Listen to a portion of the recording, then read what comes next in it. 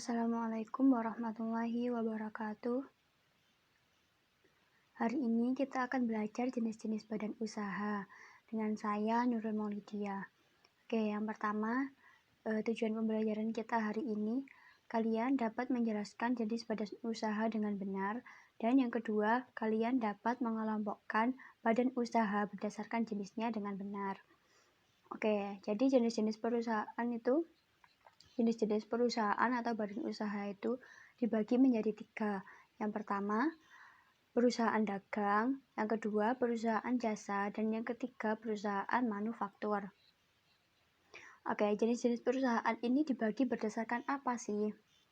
Jadi, jenis-jenis perusahaan ini dibagi berdasarkan kegiatan yang mereka lakukan. Langsung ke contohnya ya. Kita kupas satu-satu. Yang pertama, perusahaan dagang. Nah, perusahaan dagang ini apa sih? Perusahaan dagang ini menjual produk ke pelanggan, tapi perusahaan ini tidak memproduksi sendiri barang yang akan dijual. Jadi perusahaan dagang ini hanya mengambil, mereka itu tidak memproduksi barangnya sendiri. Contohnya di sini Ramayana. Jadi Ramayana ini mereka hanya mengambil barang. Misalkan Ramayana ini menjual apa sih? Ramayana ini menjual pakaian ya, menjual pakaian. Jadi pakaian yang mereka jual itu dari perusahaan, dari pabriknya, terus mereka menjual. Jadi tidak ada kegiatan memproduksi di perusahaan dagang. Yang kedua, ada perusahaan jasa. Jadi perusahaan jasa ini menghasilkan jasa, bukan barang atau produk. Perusahaan jasa ini kegiatannya ini menghasilkan jasa.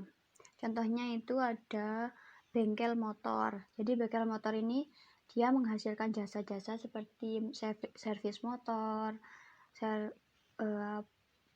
apalagi. Yang ketiga ada perusahaan manufaktur. Perusahaan manufaktur ini mengubah input dasar atau bahan baku menjadi produk jadi yang akan dijual kepada masing-masing pelanggan. Ya, selanjutnya contoh untuk perusahaan manufaktur. Yaitu di sini saya mencontohkan keripik tempe. Jadi kenapa keripik tempe ini termasuk perusahaan manufaktur?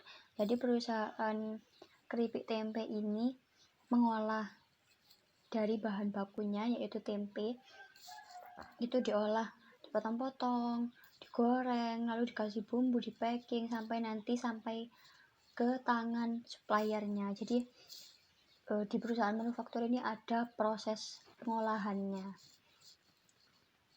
Oke, selanjutnya ini ada sumber belajar yang bisa buku dari Ibu Umi Muawanah tahun 2008. Judulnya Konsep Dasar Akuntansi dan Pelaporan Keuangan Jilid 1 untuk SMK. Yang kedua ada bukunya Bapak Hendy Sumantri tahun 2011. Judulnya Akuntansi SMK Bidang Studi Keahlian Bisnis dan Manajemen Program Studi Keahlian Akuntansi Seri A. Ini 2 buku ini juga bagus. Saya juga referensinya dari sini. Yang ketiga ini ada handout dari saya. Nanti saya kasih link Google Drive untuk handoutnya. Yang keempat ini link YouTube. Nanti juga saya kasih link YouTube-nya. Oke, sekian dari saya. Semoga ilmu kita hari ini bermanfaat.